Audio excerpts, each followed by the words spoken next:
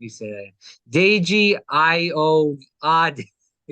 I feel like an idiot Ayoade. trying to say people's names on here. Unfortunately, we'll get it by the end of the interview, which is not good, but it happens to me all the time. Deji Ayoade here on Fire Breathing Rob. The book is Underground Memoriam of Hope, Faith, and the American Dream. He's got an amazing story. He's the first African immigrant to become a nuclear missile operator in the U.S. Air Force, served in 3 U.S. military bases. He's a trained veterinary surgeon. I'm going to have trouble saying all this stuff, Deji. He's a combat medic. He's a nuclear weapon system. He's ran that. He's a senior program analyst. He's worked in the Space Force at the Pentagon. I think that's enough for me. I mean, the guy's done everything in the kitchen sink. We're just going to leave it there. But Deji, thanks so much. And it's really an honor to have somebody like you on this program because you've done so many things. And thank you for your service to the country, of course. Hey, thanks for having me, Rob. All right, so let's kick this around.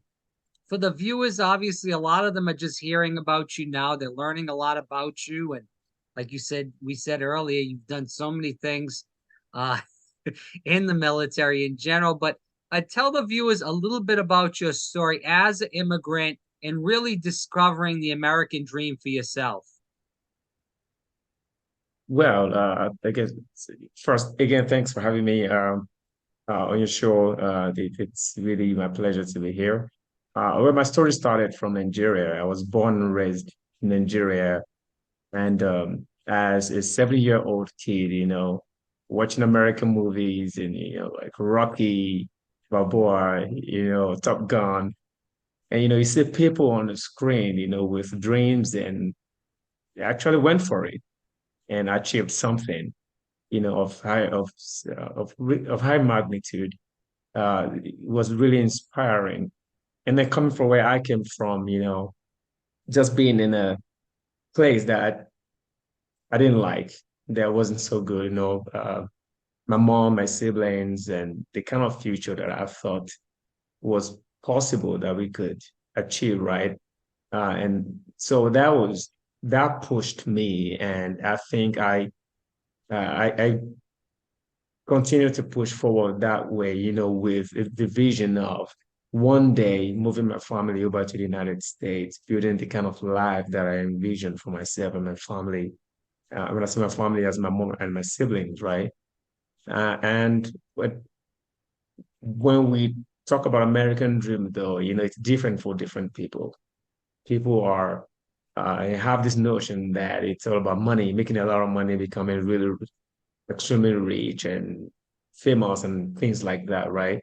I think it boils down to what's important to you as a person. If you know what's most important to you and you're able to pursue it, go after it and achieve it, nothing beats that. And I believe that in America, I have the opportunity. It's the only country that I know that can come from anywhere and work really hard to achieve something. And most likely it might take a long time, but you most likely achieve it. Um, and so for me, it was all about coming here and turning my dreams into reality and being an environment like in the United States that provided the opportunities for that to happen. And eventually it happened. And I think for me, my dream was to get my family down here, build a new life for my mom, my siblings, and everything else that happened after that are pretty much bonuses. So I'll stop there and I'll answer all your questions before you ask them. Can you talk about how Nigeria has changed? I'm sure you've been back there. You probably still know people, family, friends in the country in general. It does seem like the continent of Africa in general is on its way up. It has the youngest generation of people there, whereas in the West, there's a lot of people that aren't having kids. In Africa and in many of these countries, the birth rate is extremely high. I think Africa 2050, 2060, you're really going to see that big rise of Africa. Do you agree with that? And just talk about those changes that you've seen over the years. Yes, I believe that anything can happen anytime. The It boils down to what leadership, what type of leadership do you have in your country, wherever. So let's be specific now, developing countries, Nigeria, for example, right? What type of leadership do you have? Do they have goals? Do they have vision for the country? A blind person cannot lead a mass of other blind people. That's just, and from my experience, from the last time I visited Nigeria was 5 years ago. And mind you, I lived in Nigeria. I was born there and I lived there for a very long time. I mean, Nigeria is a tremendously, I mean, that country is blessed. There are a lot of great minds coming out of Nigeria. And I believe that will continue to happen. Like you said, the population rate is growing and the talent, the human resources there is just insane. But you can't do anything without good leadership that recognizes what they could do with that amount of talent. Mhm. And I think for as long as that continues in a country like Nigeria, uh, other developed countries and don't have to even entice them and pull them over with, you know, scholarships or um, financial benefits or things like that. People are just going to leave and go to where they can maximize their talents and kind of. So if you think about it, people want to live a fulfilled life. People are looking to find their purpose somewhere. They want to. And I think that's the major thing for most people. It's not the money. It's not all that. I mean, the money is good, but I think for the majority of Nigerians that I know, they are really, really, really, up there. They just want to feel fulfilled. They want to do something with their lives. And if the immediate environment that they're born into isn't providing the opportunities for them, they go somewhere to accomplish that. That said, hopefully, the political culture, the socioeconomic uh, um, styles of the country might start shifting, over time, so that maybe people outside might start going back to start doing things that they were once afraid to go back and do. And then maybe there might be, a new generation that might just take over and that will encourage people to go back and start doing things they want to do, back in Nigeria. But I think for now, for as long as the leadership, countries like Nigeria, there are a lot of African developing countries having the same problems, leadership issues. I think the the folks that can really change things and make things happen are probably just going to be forced to leave, until the opportunity presents itself. Deji, I want to talk about this because, we're hearing a lot about immigration in this country. There's people that are for it, there's people that are against it, there's people that want people to come in on merit, there's people that are for just letting anybody in, and there's other people that are for, letting so many, as far as a humanitarian effort, letting those people in. So a lot of different thoughts on immigration. You came here from poverty and really rose up, and you've done amazing things. We said that obviously at the start of the podcast. Can you talk about that immigrant experience? Do you feel like coming here basically with nothing and really rising up to being a great American and really leading this country in many military efforts? With that said, that's made you, because we see, I guess I'll frame it this way: we see a lot of people that live in this country, they take this country for granted and they don't really try to achieve to the greatest level they can. There's people with barriers and stuff in their lives. But, for the people that are privileged, a lot of them just kind of go through the motions, where someone like you that came from nothing, came here as an immigrant rather, you really strove to be the best you could be, and you achieved that success and still are. Yes, so the way I always reason around it, my kids, for example, right? Mhm. Uh, they're born here, they're Americans. They haven't been to Nigeria. My first is 12 years old because my son is 9 years old. All they know is America. Now, if you take me out of the equation, if they're born by American dad and American mom that were also born and raised here, typical American family, with that's all they knew. To them, they may not see what I see as privilege, Mm. you know, the same way to them, they might just feel like, well, entitled to some things because they've always had what they needed or what they wanted. That said, I think it's the duty of people like me, for example, as an immigrant dad, to try to draw the lines, while it's a very thin line, you have to make sure that you're not treating your kids like they are in Nigeria. They're not Nigerian kids, they're American kids. But at the same time, you have to instill just enough discipline for them to open their eyes and see what's going on in the immediate environment and be able to compare what they have with what um, so many other people in other places do not have. And an example of that, as I speak with you right now, I'm talking to you from Tanzania. Oh, Uh, wow. yes, I was here last year. I'm back here this year on mission trip. Yeah, where I'm here right now, it's like an orphanage, and there are great people here doing wonderful things, taking care of orphans, the schools, and there's a lot of stuff that, we did last year that we're doing again this year. My kids are not of age to bring down here yet, but it Mm. is in my vision is to start bringing them here once every year in the next 3, 4 years, right? They can have something to compare their lives in the US with the life outside the US. A 9-year-old kid in America and a 9-year-old kid in the middle of nowhere in Tanzania, they can see how the kids live yet, how happy they are to be alive, compared to all the opportunities they have that these kids don't have. And then what are they doing with it?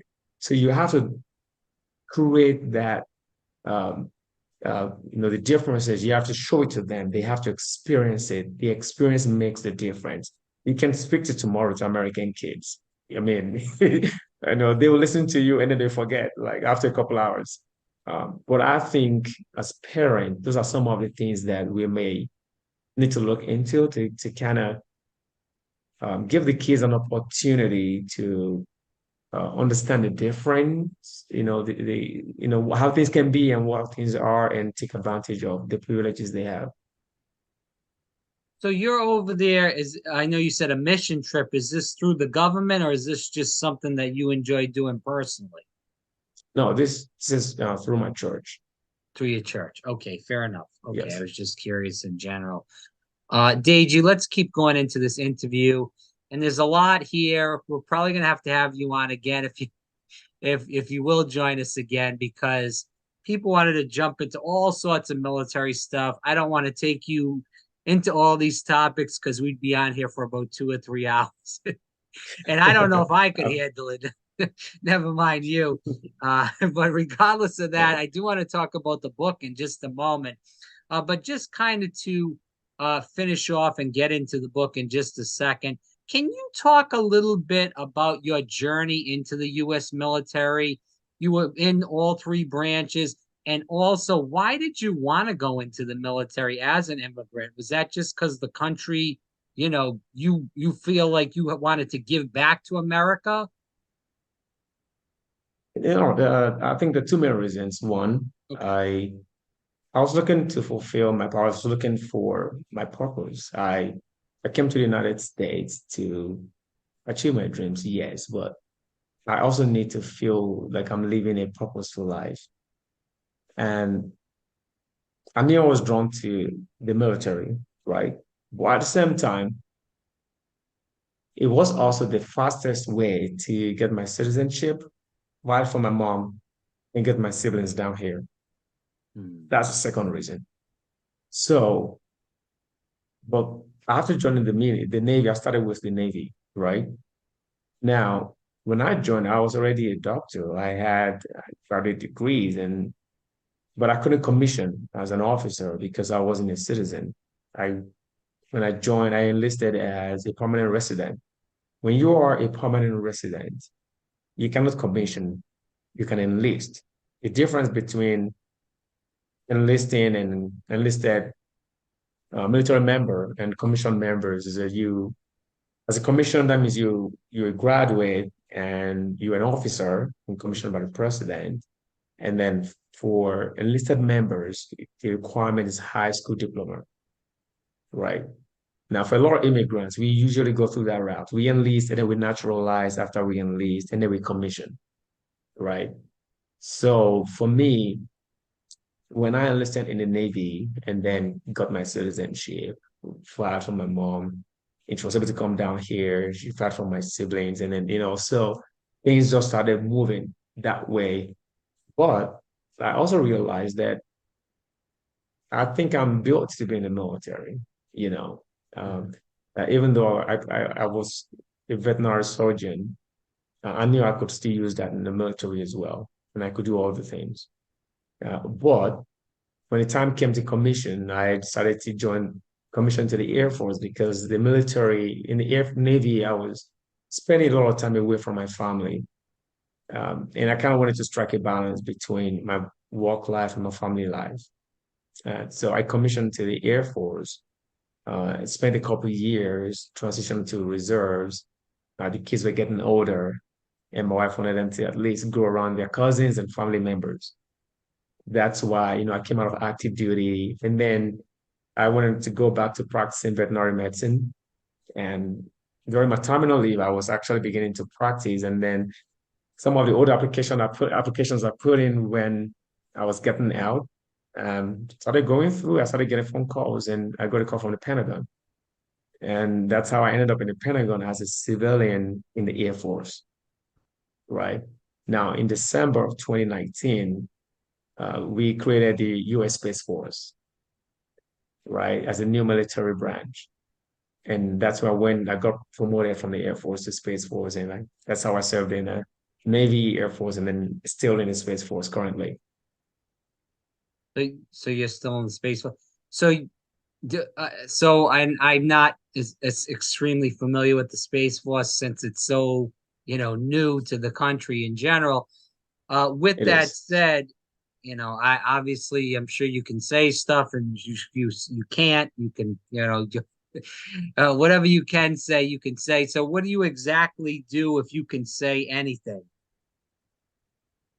Well, let me I don't see. want to I'm put you looking for on the spot, the Deji, easiest and way get you in to trouble, dump but it out. Okay, so I'm sure what you know about space is most people know that we have satellites in space, right? Mhm. And the Space Force basically support um, our war-fighting commands, right? We have to make sure that like the Army, the Navy, the Air Force, all our military folks, even our allies, that whatever they need to use that will require space assets, right? They're able to use them when they need to use them.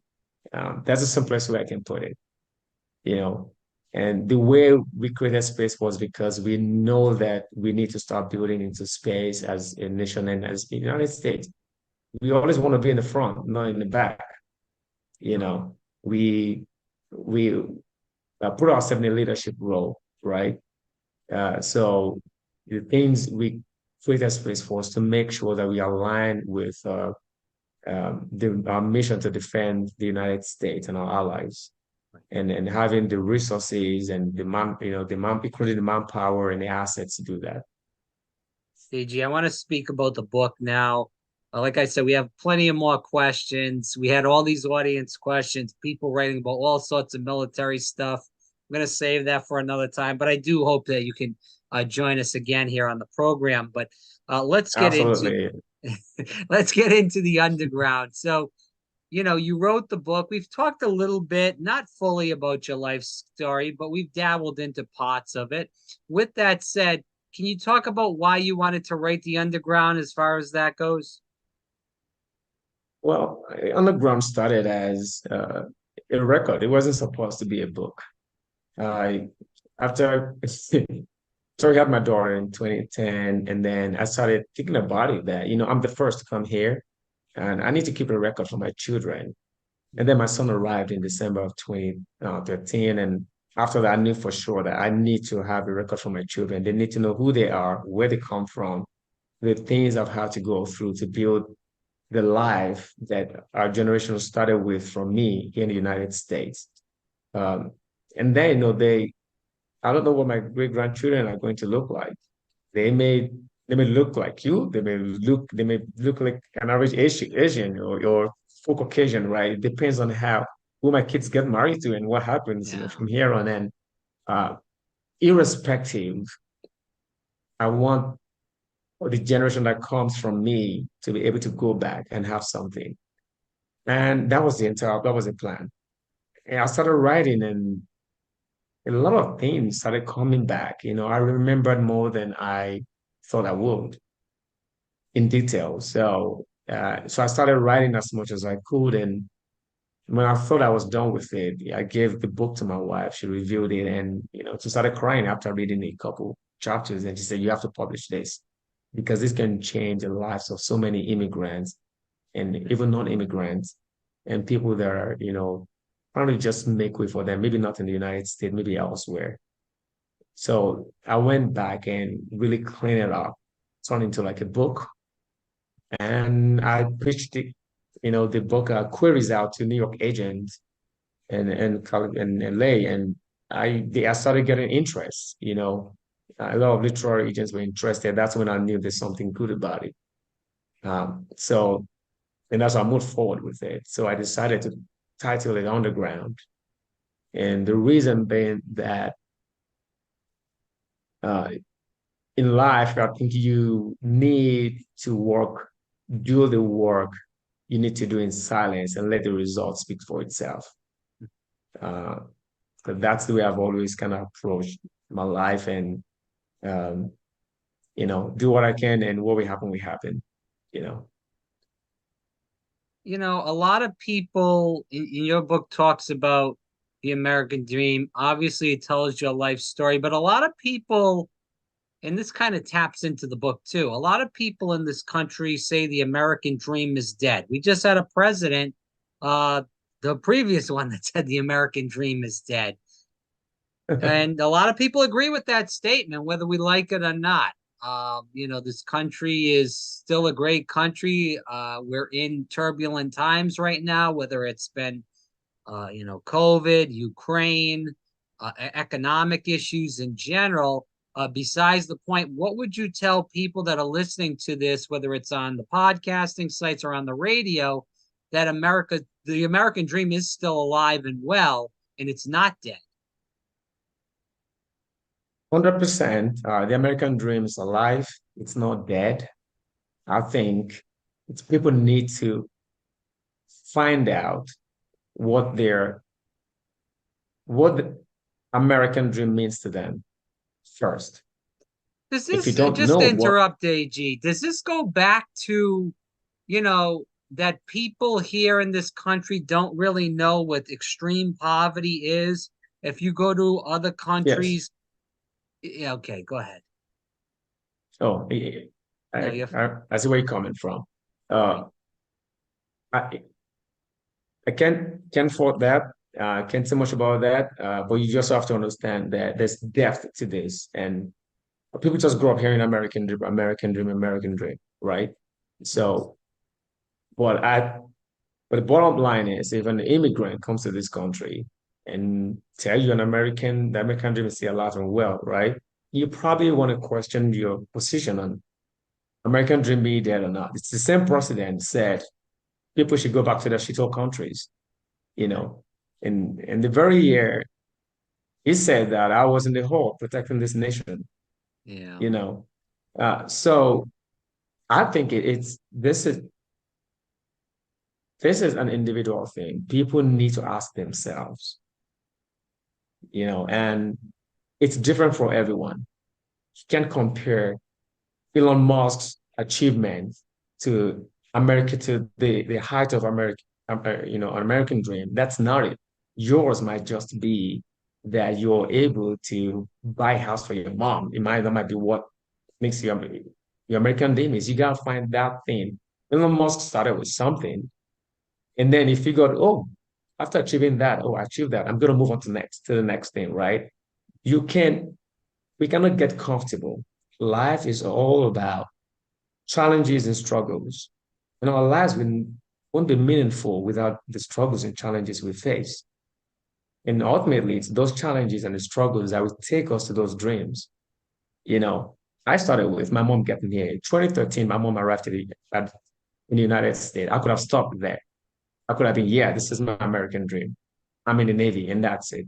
I can just keep pressing forward and be comfortable. But I figured, no, I can push myself harder, right? So I'm writing about all these things you read in my book, and people are going to read in my book. They happen because I just continue to take the bull by the horn, right? I just kept moving forward. So I don't want to point fingers or say things about excuses or not, but I think being born in this country or not, your dream may not even be in America. Maybe you have to go to England and preach your English dream or something, but you just have to know what's most important to you. And you need to know when you've achieved it. Sometimes people achieve their dreams, even American dreams, without even knowing it. Yeah. They think it's just big thing, making millions of dollars and having big houses and cars, and that's what American dream is all about. Um, so I just think that enlightenment is very important. So you would say you hope underground. Oh, I'm sorry. Something came up on the screen. Okay. You would say you hope the book Underground accomplishes to people that read it that, the American dream is still alive and well. Obviously, it tells your story and it puts it in perspective again to somebody that maybe has never traveled out of this country, somebody that just lives in a very well or affluent area and doesn't know what poverty is. And then they read your book and they see that you came through poverty, you came to this country, and you really accomplished many, many things that, maybe you thought you would, maybe you didn't think you would accomplish all these things. And then there's people here, again, the privileged group that is not even close to accomplishing. I hate to say this, but they're not to some of the things that you've accomplished throughout your life, and your life is obviously not even close to being over yet. So, what do you hope that the book accomplishes? Is it some of that American dream stuff and your life story? Is there more to it? Yes, I think it primarily, if you see the title of my memoir, right? A memoir of hope, faith, and American dream, right? Right. I think first, the people that think the American dream is dead, I want them to have hope. I want them to read that book and have hope that uh, whatever they desire in their heart, whatever the deepest desires are, and that's most important to them, they can achieve it. It can still happen no matter what. Faith, people can tell you that, oh, I'm not religious, I don't have faith, but everyone, we all have faith in something. Some people it's in their money, some people it's in something that's tangible, non-tangible. But wherever people find strength and faith, they need to channel into that and believe that whatever they think is impossible is very possible. But most importantly, I think immigrants and non-immigrants alike, I want them to read that book and take advantage of the opportunities in front of them, the privileges they have, no matter how small. Um, it, every little opportunity, every step we take, every thing we do, they all come together and become something in the future. Um, there'll be no future without today, but then when today is over, then you have to move forward and see what can come out of tomorrow. So I think reading the underground we can inspire folks, you know. Uh, and you mentioned it yourself. If people can read from chapter one how it all started for me, where I was born, and who could have thought, that I could Sometimes I pinch myself. I'm at work and I'm pinching myself like, am I really here?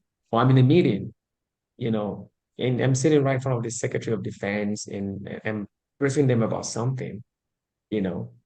And then I'm writing something that's going to go up to the president. And I was like, how did I get here? I'm a guy with a strong accent from Nigeria, and my name doesn't look anything American. I mean, it's kind of, you understand what I mean? It's not something you run into every day. I mean, that said, that comes with its challenges that I have to face, but I expected those challenges as well. And that's what I also want people to know, that there'll be challenges. There'll be people will say things and you might fail multiple times, but you have to understand that you only fail if you fail to learn from your failures and try to do things better.